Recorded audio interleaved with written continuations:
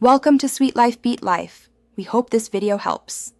You start by making Apple Card available where it matters, wallet and your Apple ID.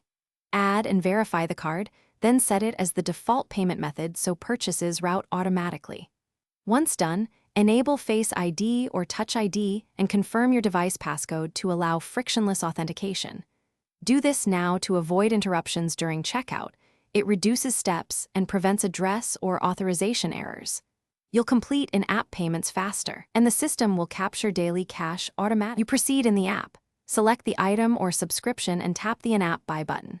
When the payment sheet appears, choose Apple Pay and make sure Apple Card is shown as the selected card. Change it if needed. Authenticate using Face ID, Touch ID, or your passcode. Pay attention to the total, taxes, and any shipping options before finalizing. Once authorized, Apple processes the charge immediately and daily cash posts according to terms. If you want a record, save the confirmation or screenshot it. You finish by confirming the purchase. Open the app receipt and wallet to verify the Apple Card transaction and merchant details. Then monitor the Apple Card statement and watch for daily cash credits to post. If you need a refund or dispute, use the app or wallet to start the request and follow the merchant's process.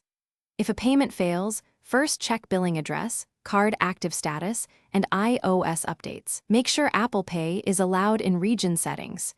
If that doesn't help, contact card support for quick resolution. Thanks for watching. Consider subscribing if we helped you.